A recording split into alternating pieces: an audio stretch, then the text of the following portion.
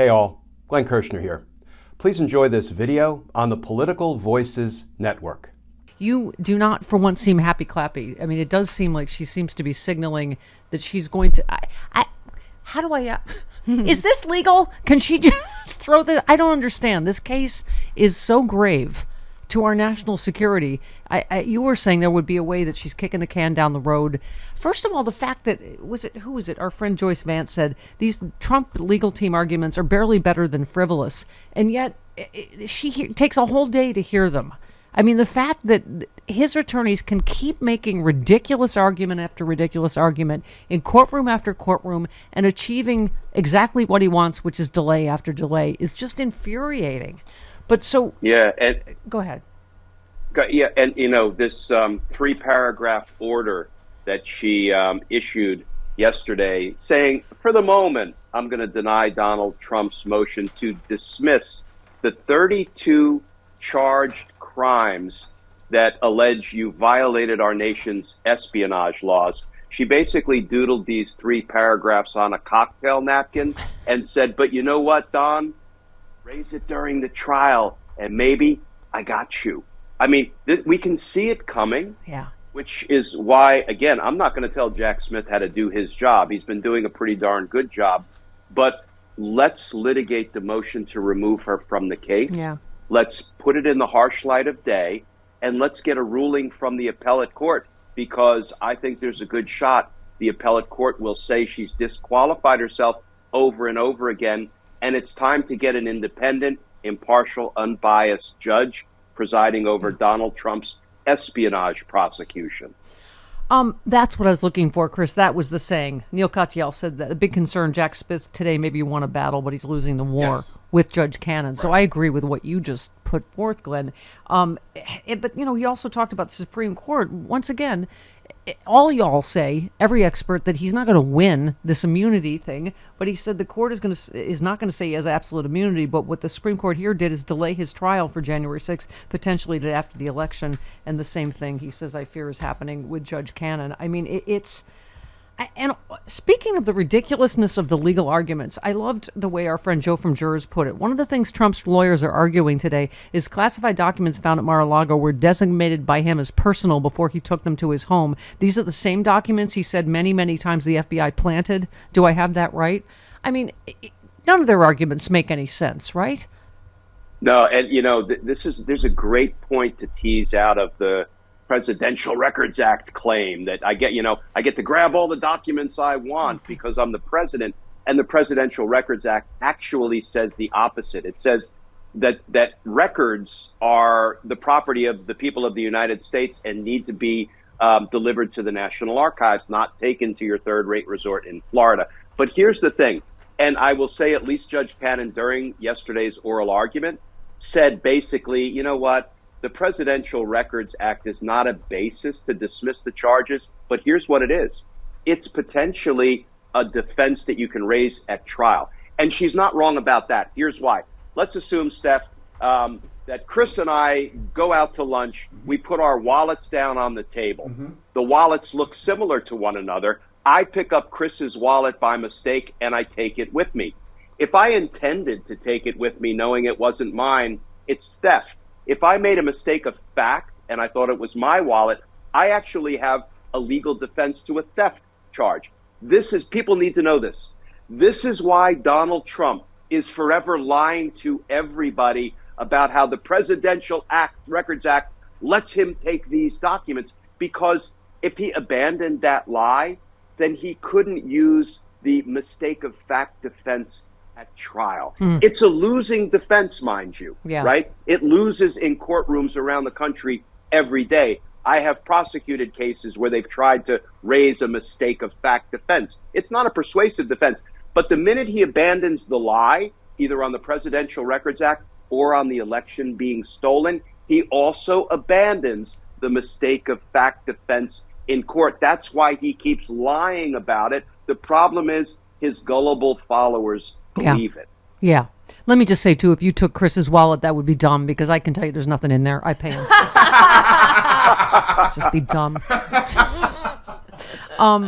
let's talk. Let's do a couple for you on. Our friend Renato said it's apparent the Manhattan DA is frustrated that federal prosecutors dumped tens of thousands of pages of additional records on them mere weeks before Trump's criminal trial. They had little choice but to agree to a short delay to give both sides a chance to review them. We already touched on this in our last segment, but do you agree this is still going to go forward in, say, 30 days now?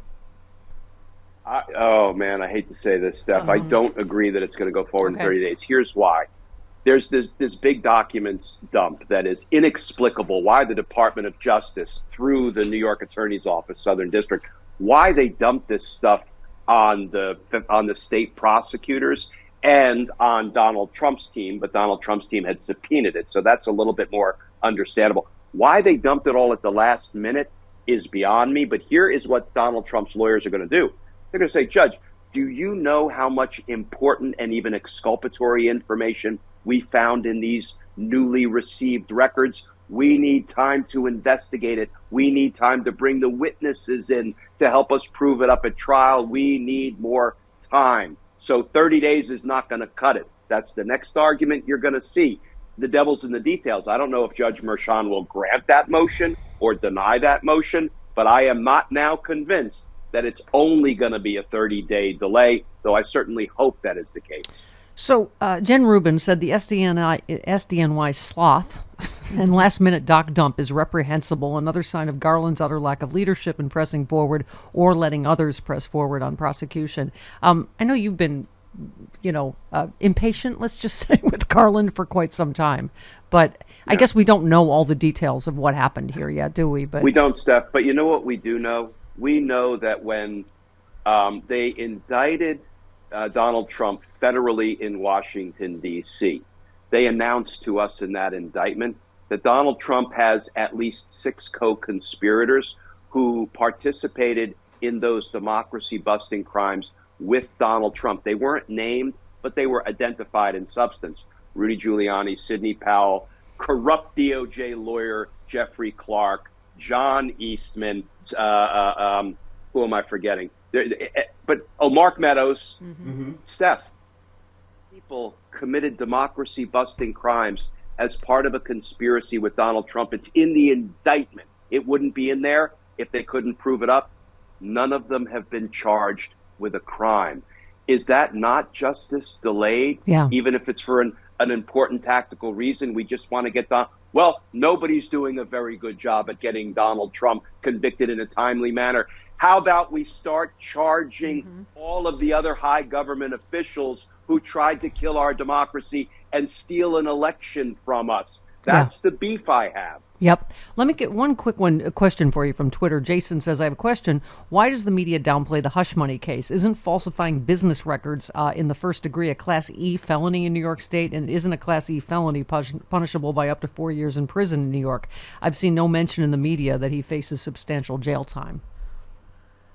I've been screaming it from the rooftops. You're right. It is a Class E felony. It is punishable by up to 4 years, though. Importantly, there's no mandatory minimum. So what does that mean? It means it's also a probation eligible offense. It doesn't guarantee jail time, but it allows for jail time. But it's not a hush money case.